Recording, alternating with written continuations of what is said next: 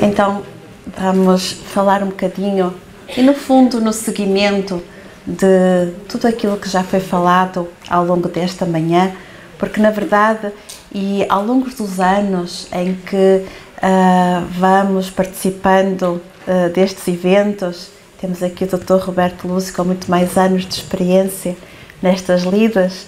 A verdade é que os temas se vão a cada ano, mesmo sem nós conversarmos entre nós, não é? Eles como se vão harmonizando e se vão complementando uns aos outros, quase como se houvesse uma ideia que está planeada, que seja interiorizada, não é? Por todos nós. É essa às vezes a sensação com que nós ficamos no final das jornadas e olhando um pouquinho retrospectivamente, não é, Roberto Lúcio? E eu estou a dizer isso exatamente porque na sequência do que foi dito, o tema que nós que trazemos agora para fechar o nosso período da manhã é sobre a neurofisiologia do amor. A doutora Inês acabou de falar do amor e eu vou tomar a minha palestra, a minha apresentação, começando a falar sobre o amor. Então, na verdade, eu iria falar um pouco sobre o que é o amor desde o átomo ao arcanjo, como é que ele foi evoluindo, e depois fazermos aqui uma pequena reflexão sobre a neurofisiologia do amor ou a influência do amor na neurofisiologia, e terminando então com, digamos, uma conclusão. Mas então, o que é o amor? Todos nós falamos do amor, todos nós sabemos que nada é mais falado ao longo da história, não é? Ao longo das artes, na literatura, ele é expresso na pintura, enfim, todos falam sobre o amor.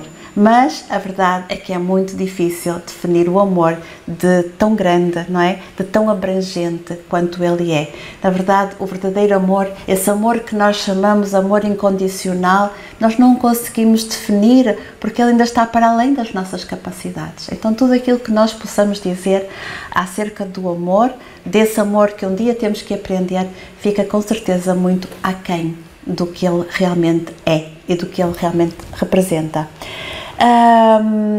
Mas podemos dizer que o amor é um sentimento de carinho e demonstração de afeto que se desenvolve entre seres que possuem a capacidade de o demonstrar, não é? E sabemos também que o amor motiva a necessidade de proteção e pode manifestar-se das mais diferentes formas. É o amor materno, paterno, o amor fraterno, o amor físico, o amor platónico, o amor à vida, enfim, o amor altruísta, o amor pelos animais. Bom, é, na verdade, um sentimento que induz a aproximar, a proteger, a conservar a pessoa pela qual se sente uma afeição ou uma atração. Isto dentro do nosso pobre vocabulário. Do ponto de vista histórico, claro que a questão do amor sempre foi muito explorada e se tentou interpretar, mas nós podemos, assim, de uma forma muito ligeira e muito global, dizer que há uma concepção do amor histórica, que é a concepção grega, não é? E que nós sabemos que é uma concepção muito relacionada com a paixão, com a sensualidade, os próprios deuses, não é, da mitologia grega. Nós sabemos Eros, Afrodita, que são muito representativos desse lado, digamos, do amor. E depois temos também uma outra componente, uma outra concepção que marca muito uma outra visão da dimensão do amor, que é a concepção judaico-cristã, não é? Em que esse amor não parte nem do mundo, nem do homem, parte de Deus, falando-nos então da transcendência absoluta. O amor humano será então fundado nesse amor divino. E do entrelaçamento dessas duas concepções, a helénica e a judaico-cristã, é que é feita a história do amor no Ocidente e até aos nossos dias, com predomínio ora mais de uma, ora da outra, de acordo com as condições socioculturais e das respectivas épocas.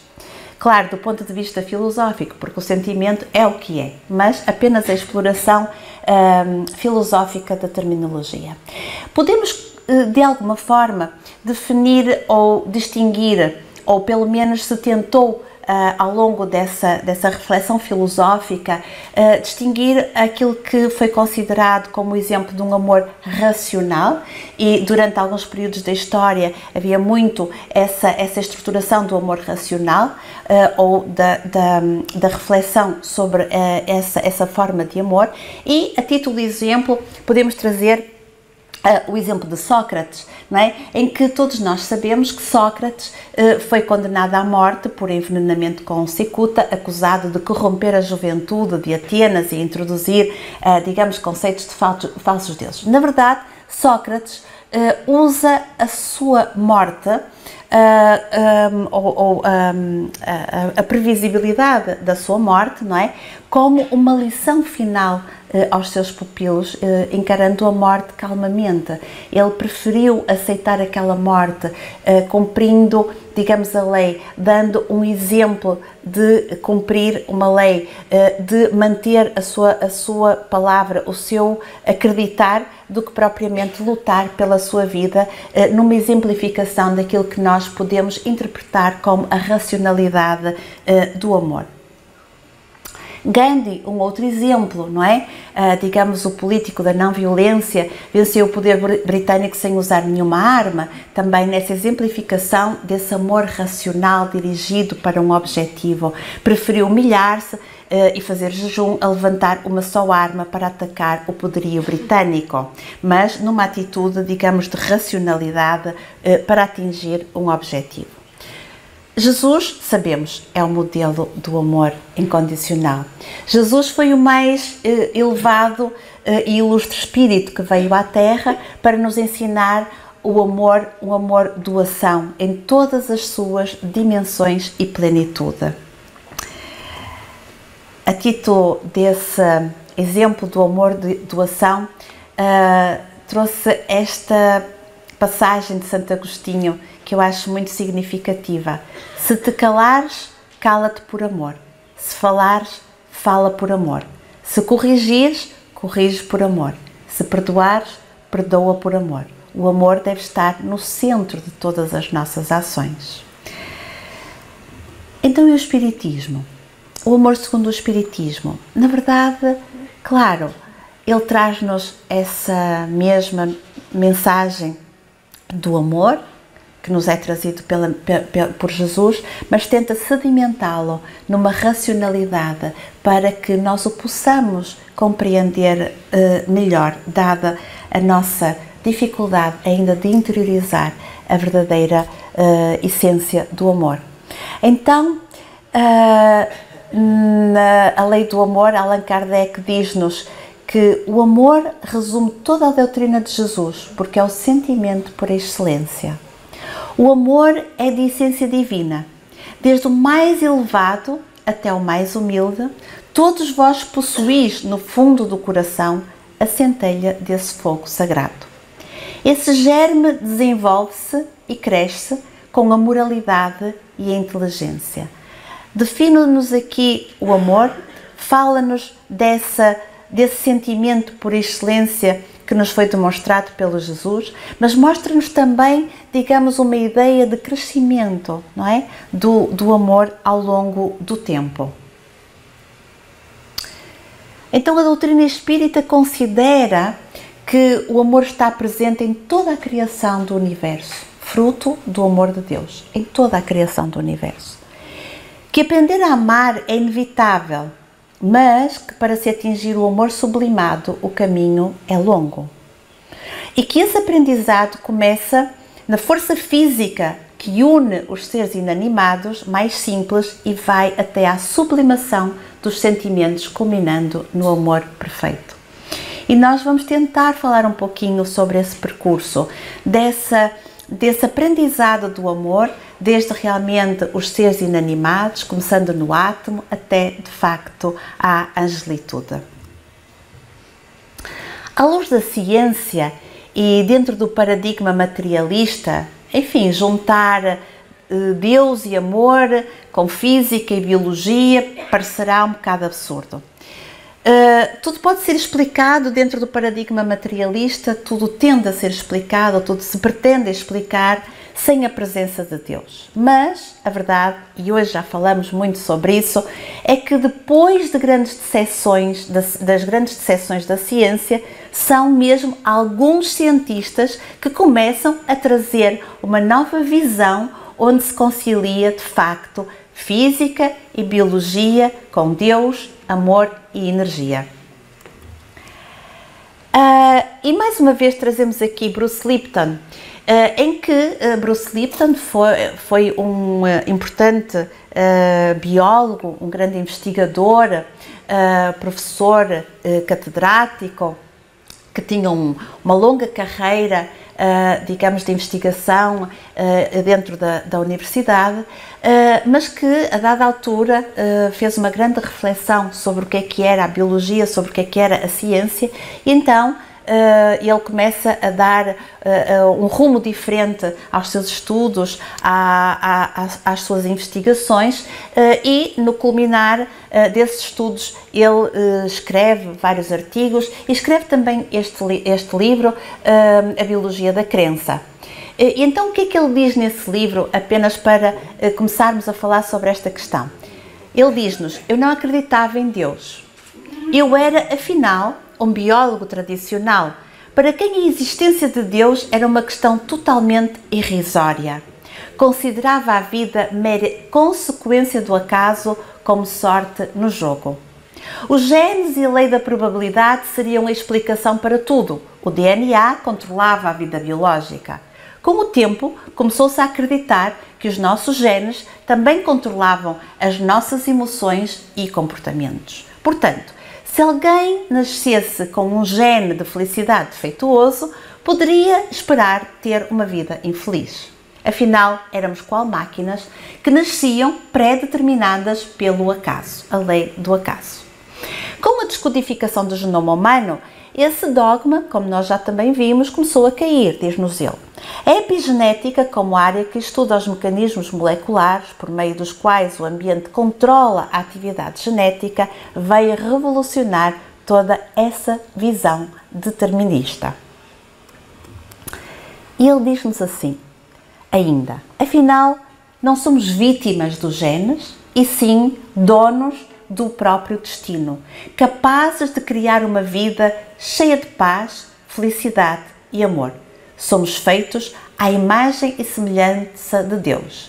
Se nós não estivéssemos a falar sobre um texto transcrito desta obra, não acreditaríamos com certeza que esta frase tinha sido escrita por um cientista e por um investigador. E ele próprio faz essa reflexão, não é? E então ele, a seguir ele diz-nos: ninguém diria, isto é ele a dizer, ninguém diria que um cientista racional quanto eu acabaria citando mestres como Jesus, Buda ou Rumi, ou que a minha visão reducionista da vida acabaria dando lugar à espiritualidade.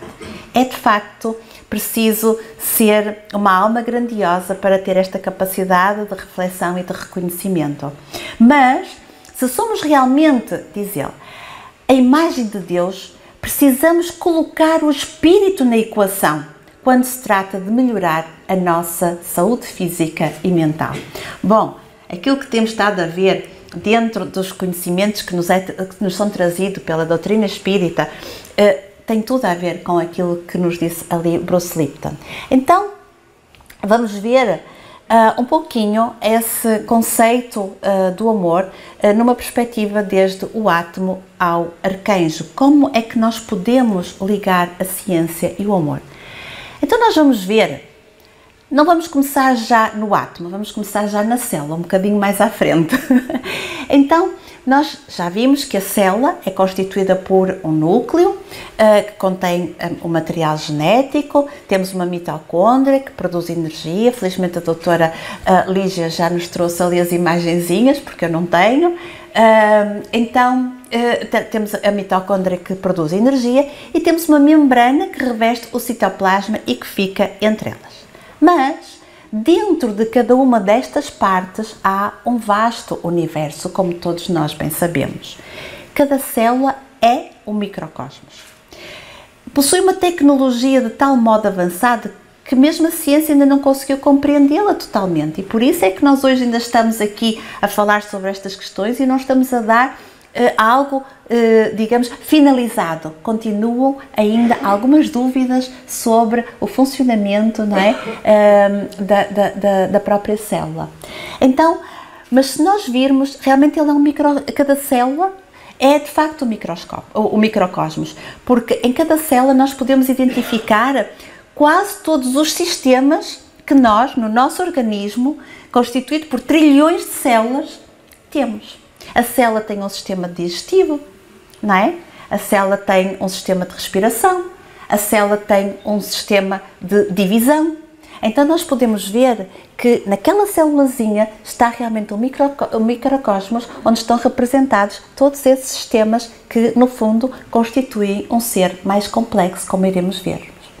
Então Bruce Lipton, ele percebeu que o entendimento sobre o complexo mecanismo da célula ajudaria a entender a complexidade do ser humano e particularmente da sua mente e dos seus comportamentos. Mas como?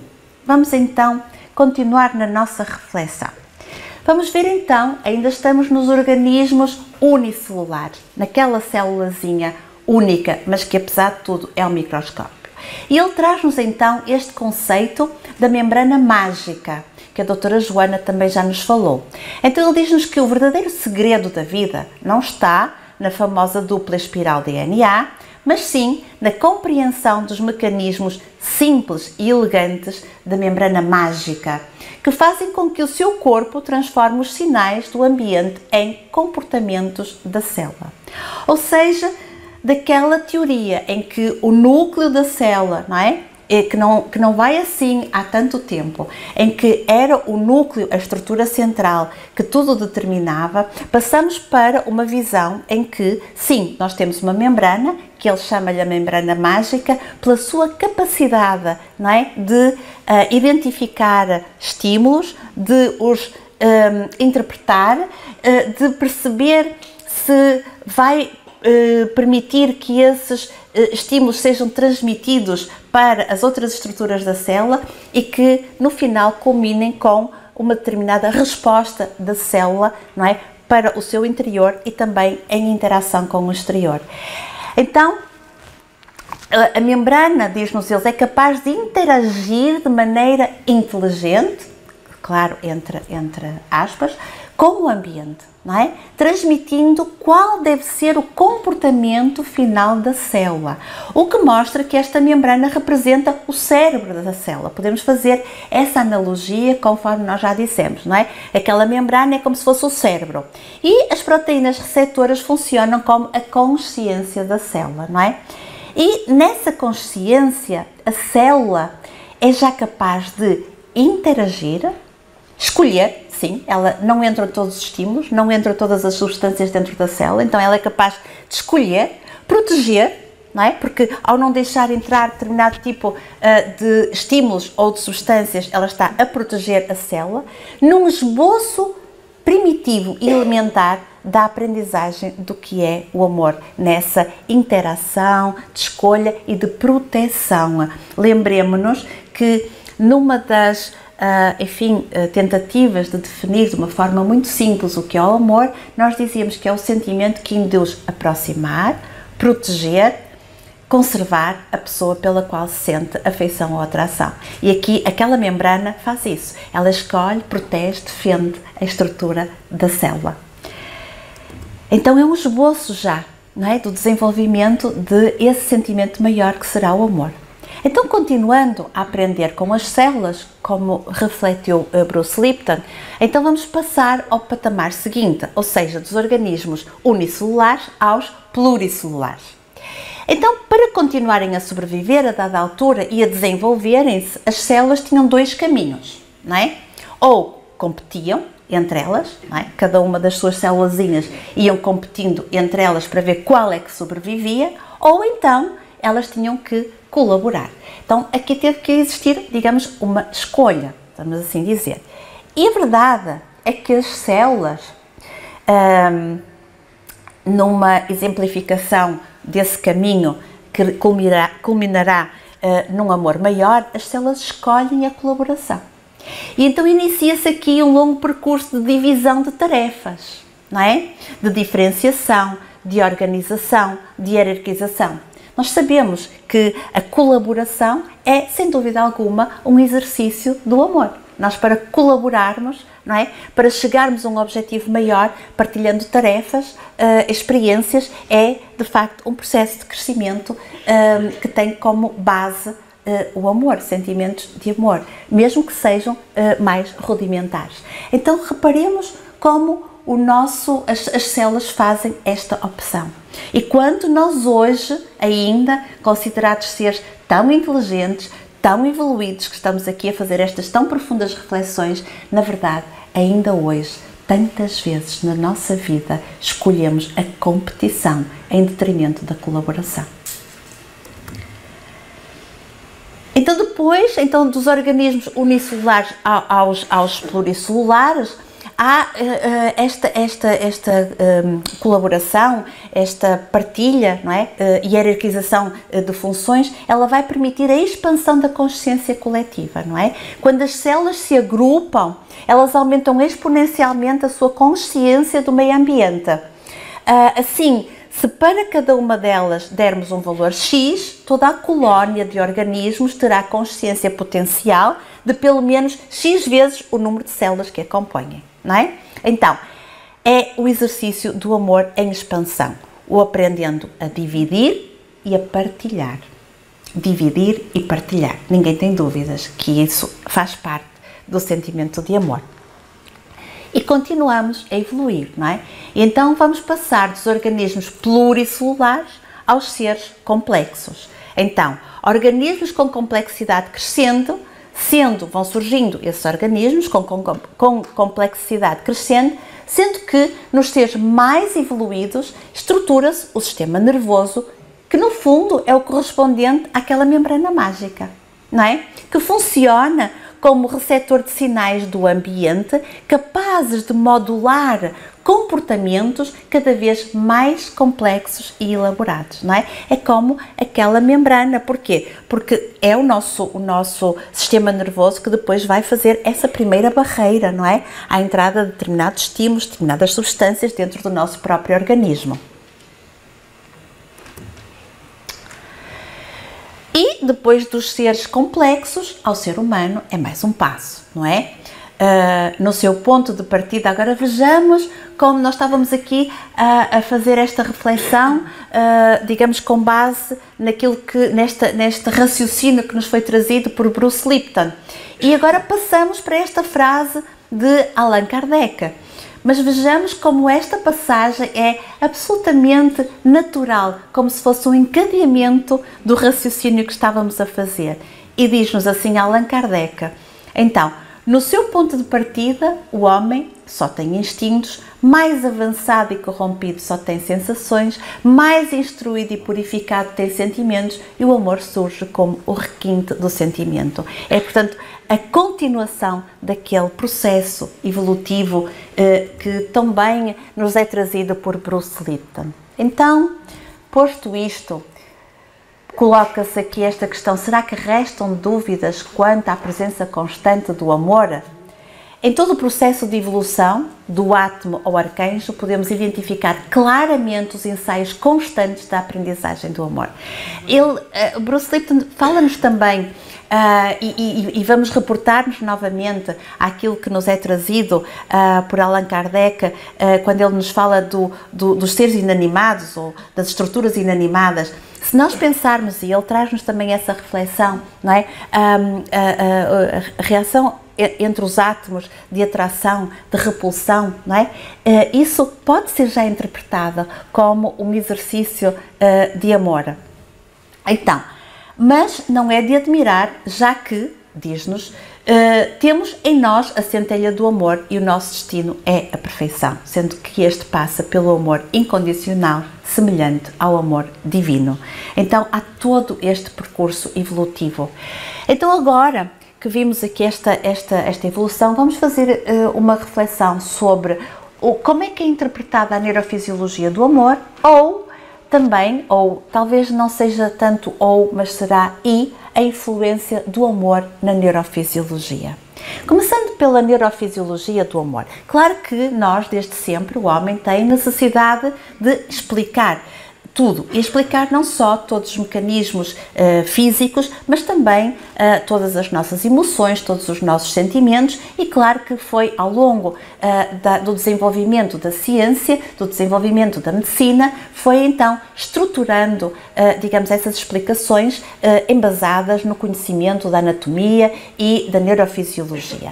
Então o interesse em compreender as emoções no cérebro ganhou especial impulso a partir do século XVIII e XIX, especialmente após os trabalhos de Broca e Papez. Broca, ele elaborou o primeiro mapeamento das funções cerebrais, identificou o lobo límbico. Mais tarde, Papez substitui o conceito de centros emocionais por sistema límbico, como o circuito neuronal relacionado com as respostas emocionais e os impulsos motivacionais. Inclui, portanto, estruturas como, neste sistema límbico, hipotálamo, amígdala, núcleos da base, área pré-frontal, cerebelo e septo. Isto são as estruturas que ele incluiu. Aqui está a representação da imagem do sistema límbico segundo este cientista. Eu acho que passei aqui um diapositivo, não. Certo. E então, no fundo, há a tentativa de associar a cada estrutura determinado tipo de emoção ou reação, não é? Então, não vamos ler isto tudo, mas vamos, por exemplo, ver que então ao tálamo ele associou as reações, a sensibilidade, a motricidade, o comportamento emocional, ou por exemplo ao hipocampo associa o comportamento, a memória, a capacidade de tomada de decisões, a relação com o sistema imunológico. Em relação ao giro do cíngulo, ele associa, por exemplo, estados de alteração das emoções e dos sentimentos, associando, por exemplo, com alterações a este nível o aparecimento da depressão, da ansiedade, da agressividade, enfim, ou seja, há uma associação, tenta-se sempre fazer uma associação direta com uma determinada estrutura anatómica do nosso cérebro com um determinado tipo de reação. E ainda não, até hoje não existe um perfeito acordo entre esses componentes, mas a verdade é que se continua a tentar fazer essa associação entre uma determinada área do nosso sistema nervoso com uma determinada função. E claro que existe essa correlação. Depois temos também aqui uma visão panorâmica da integração entre a emoção e o controle biológico, ou seja, vimos que as estruturas do sistema nervoso estavam, por um lado, associados a determinado tipo de comportamentos, emoções, sentimentos. Agora, aqui há também esta tentativa de integrar as diferentes emoções sobre o controle biológico do nosso organismo. E a ciência também faz esta exploração, ou seja, dizendo-nos que as informações que chegam ao cérebro percorrem um determinado trajeto ao longo do qual são processadas. Dirigem-se para as estruturas límbicas e paralímbicas para adquirirem significado emocional. Redirecionam para regiões do córtex cerebral para que sejam tomadas decisões e ações. Estruturas do encéfalo, nomeadamente a área subcortical, os seus núcleos, estruturas infratentoriais e cerebelo, redirecionam para essas estruturas. E o estímulo dirige-se depois do cerebelo à medula, nervos espinhais e sistema nervoso autonómico. Em resumo, podemos dizer que as emoções estão geralmente acompanhadas por respostas autonómicas, endócrinas e motoras esqueléticas. Ou seja, já vimos que há então esta relação entre a estrutura neurológica central, a estrutura neurológica periférica e uma interação entre as emoções e depois as manifestações físicas, não é? Traduzidas pelo nosso organismo. E também todos nós sabemos muito bem que hoje se associam muitas das patologias ou outros estados à presença, diminuição, excesso ou ausência de alguns neurotransmissores. Então faz-se muito uma correlação direta, não que ela não exista, apenas não existe exclusivamente, como iremos ver à frente.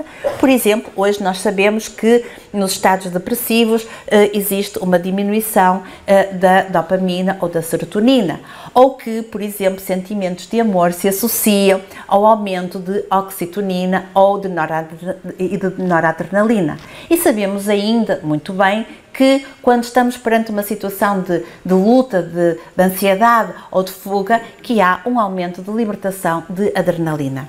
Então, isto tudo para dizer que, ou para fazermos esta pergunta, será que, então, se nós analisarmos obviamente de uma forma profunda, a anatomia, toda a complexidade da anatomia do nosso organismo, mais a fisiologia, mais todas estas complexas interações entre o sistema endócrino e entre, digamos, estes neurotransmissores.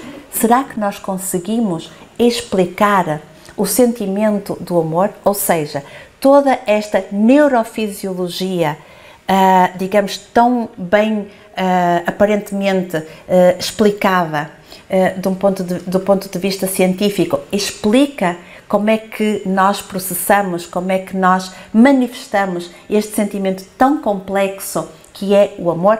Bom, alguns cientistas dizem que sim, não é? Nós sabemos que, por exemplo, António Damasio, um dos grandes investigadores desta área, diz-nos que sim, que tudo parte do nosso cérebro, que todas as manifestações, todos os sentimentos, todos os comportamentos são explicados com base nestes mecanismos anátomo-fisiológicos.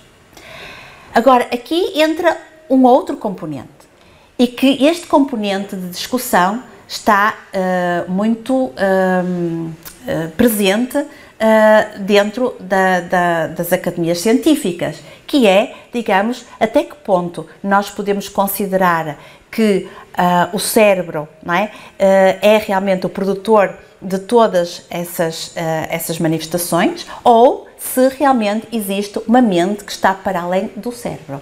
Então, é esta discussão entre a teoria monista, que é de facto a teoria que nos diz que tudo parte do cérebro e que, portanto, digamos, tudo pode ser explicado com base nessa expressão da anatomia e da neurofisiologia, ou a teoria dualista, que realmente nos fala numa estrutura energética que está para além do cérebro material.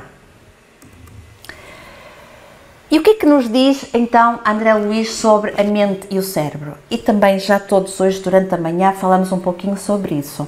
No mundo maior podemos ler: a mente é a orientadora desse universo microscópico. E quando está a falar aqui desse universo microscópico, está a falar no universo microscópico constituído pelos neurónios e neurotransmissores, a mente. O cérebro fala na mente, depois fala no cérebro e diz-nos: o cérebro é o órgão sagrado da manifestação da mente, em que bilhões de corpúsculos e energias multiformes se consagram ao serviço. E em evolução, faz-nos aqui a distinção entre mente e cérebro.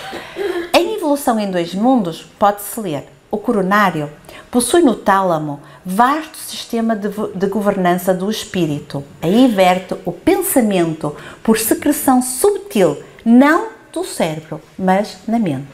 Então, nessa teoria dualista, o que é que nós vamos aqui fazer, prosseguir a nossa reflexão, e vamos ver que, afinal de contas, é o amor que vai influenciar na nossa neurofisiologia, e não é a neurofisiologia que por si só produz ou dá possibilidade de nós expressarmos o sentimento do amor.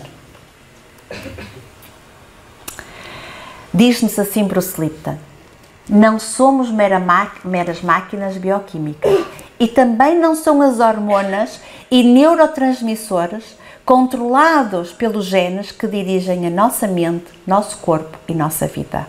O comportamento biológico é controlado por forças invisíveis, incluindo o pensamento.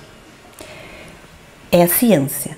Vamos ver o que é que nos diz André Luiz. Esta frase hoje já foi lida pela doutora Joana. Células são animáculos infinitesimais que se revelam domesticados e ordeiros na colmeia orgânica, obedecendo ao pensamento, simples ou complexo, que lhes comanda a existência. Vejamos aqui aquilo que é tão fascinante neste conhecimento que nos é trazido pela doutrina espírita, que é realmente a ciência ao serviço deste conhecimento, ou seja, é a comprovação científica daquilo que já nos foi trazido, não é? Pela espiritualidade e também pelo codificador Allan Kardec e por muitos outros que o secundaram. Emmanuel, em Pensamento e Vida, diz-nos: todos os sintomas mentais influenciam as células em estado de mitose, estabelecendo fatores de desagregação.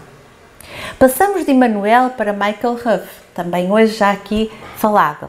Numa sequência absolutamente lógica, sequencial. Se nós não disséssemos que Emmanuel era espírito, não é? Nós interpretaríamos isto como realmente três cientistas, três investigadores que fazem fazem o mesmo raciocínio, tiram a mesma conclusão acerca da mesma coisa. Então Michael Hove diz-nos: pensamento e sentimento podem afetar o movimento, a divisão ou outra atividade das células. E mais uma vez Bruce Lipton acerca da mesma questão. Pensamentos, que são energia da mente, influenciam diretamente a maneira como o cérebro físico, cá está, digamos, mente e cérebro físico, trazido não por André Luiz, mas por Bruce Lipton, numa frase bem concreta. Então, pensamentos, que são energia da mente, influenciam diretamente a maneira como o cérebro físico controla a fisiologia do corpo. A energia dos pensamentos pode ativar ou inibir as proteínas de funcionamento das células. E hoje já vimos isso de uma forma bem aprofundada. Então, não vou parar aqui na questão da epigenética, porque já falamos, já todos mais ou menos estabelecemos uma reflexão e um resumo do que é a epigenética e da importância da epigenética para prosseguirmos no nosso entendimento sobre a complexidade do ser humano, mas vamos só fechar aqui esta questão da epigenética com esta frase, é que do ponto de vista evolutivo nós podemos dizer que não temos o material genético pronto, temos uma biblioteca genética ou epigenética em construção e em atualização constante. Eu gostei desta imagem porque acho que nos ajuda a raciocinar, não é? É quase como nós lá em casa temos uma série de livros, não é? Mas em determinada situação nós vamos buscar aquele livro ou outro livro e os outros continuam lá na prateleira, não é? Então nós vamos buscar, de facto, temos ali uma biblioteca genética ou epigenética, melhor dizendo, em construção e em atualização constante, o que vai permitir, de facto, todas as alterações ou todas as opções do nosso organismo, como já vimos. E então Emmanuel traz-nos, então, esta reflexão, caminhando nesta perspectiva do amor influenciar a nossa neurofisiologia, porque já vimos que é a mente que está para além do cérebro, que está para além da matéria, que vai, de facto, influenciar todo o nosso organismo, ou seja, vai influenciar todos os processos neurofisiológicos também do nosso organismo. Então, Emmanuel, em Pensamento e Vida, acerca das emoções positivas, diz: a prática do bem, simples e infatigável, esta frase também já foi lida hoje, pode modificar a rota do destino, de vez que o pensamento claro e correto, com ação edificante, interfere nas funções celulares. E passando para Candice Pert, mais uma vez, passando de Emmanuel, espírito, para uma cientista, para uma investigadora, ela vai nos dizer exatamente a mesma coisa e diz-nos: as moléculas da emoção são as moléculas da consciência. Todas as nossas emoções agem sobre o nosso organismo. Se pretendem encontrar o bem-estar, amem. É a ciência a falar do amor. Agora, eu já me tinha questionado muito sobre isto. mas nunca tinha visto esta reflexão escrita. Porque assim, às vezes nós estamos aqui, nós falamos sobre a influência do pensamento positivo, temos que pensar positivo, temos que ter bons pensamentos, bons sentimentos, porque os pensamentos vão atuar sobre as nossas células, então se nós tivermos bons pensamentos as células vão funcionar bem, ou seja, aparentemente nós só teríamos que termos estes pensamentos positivos, trabalharmos esta questão dentro de nós para, enfim, não adoecermos, não é? Então, quem tem uma doença, todos nós temos, uma ou outra, dizemos, ok, então realmente se eu tenho uma doença é porque eu não estou a conseguir fazer este trabalho de trabalhar dentro de mim esta questão dos pensamentos positivos, não é? Mas, de facto, Bruce Lipton traz-nos esta reflexão e diz-nos, não acredito, apesar de todo este raciocínio que ele faz, não é, da importância do pensamento positivo, ele depois diz-nos, coloca esta questão, porque é que nem sempre pensar positivo funciona? Claro que aqui nós podemos dizer o que é funcionar ou o que é que não é funcionar. Bom, mas então ele diz-nos assim, não acredito que o simples ato de pensar positivo possa levar à cura das doenças. Quando eu li esta frase já fiquei contente. É preciso mais para controlar o nosso corpo e a nossa vida.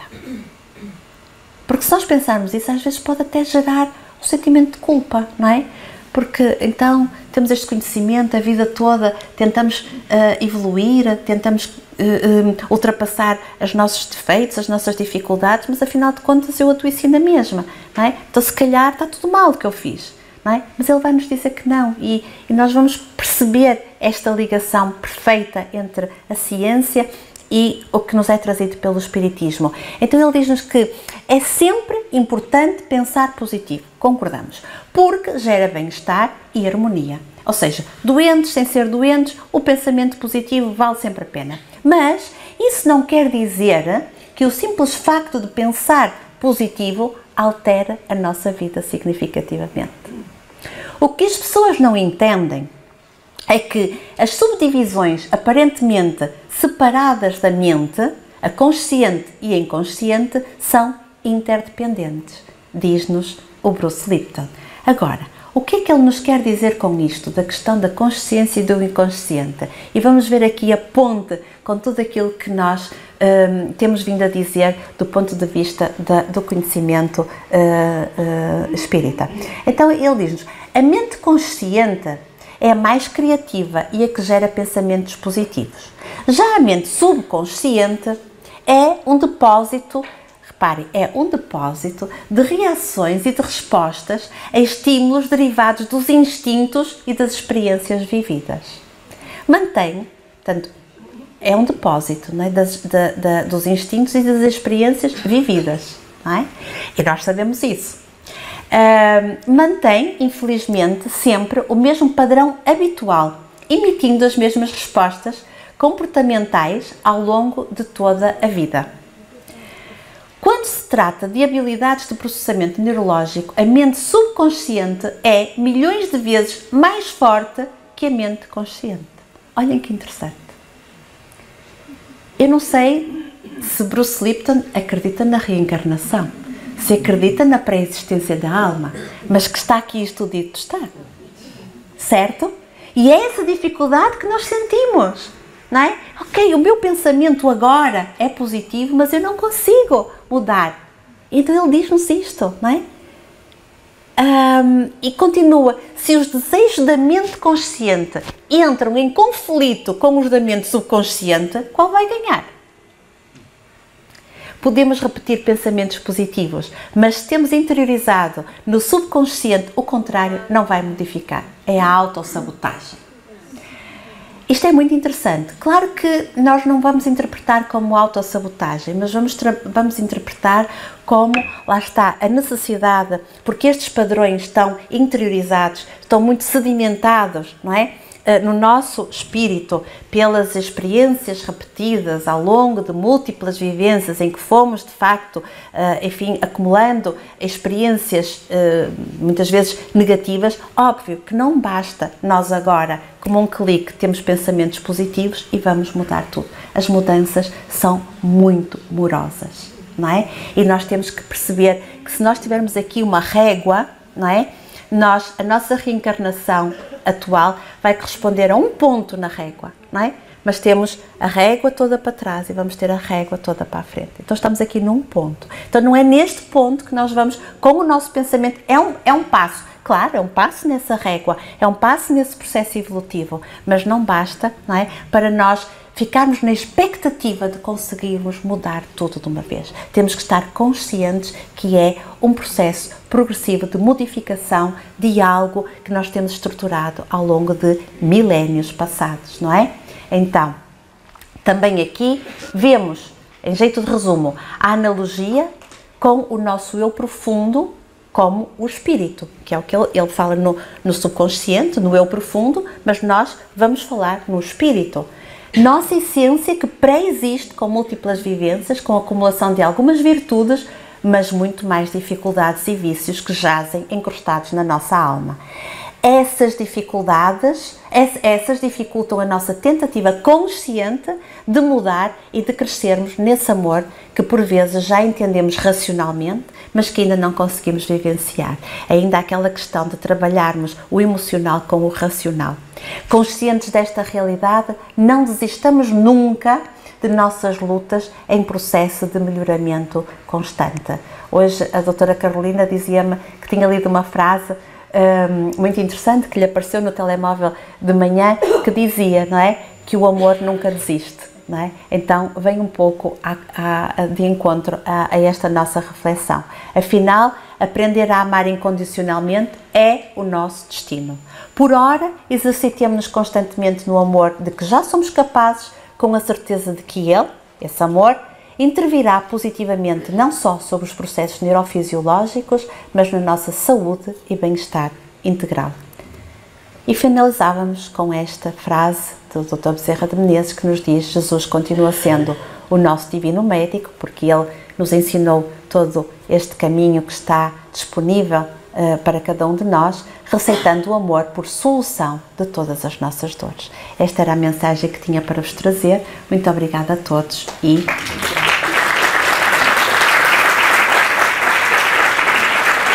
rápidas métricas.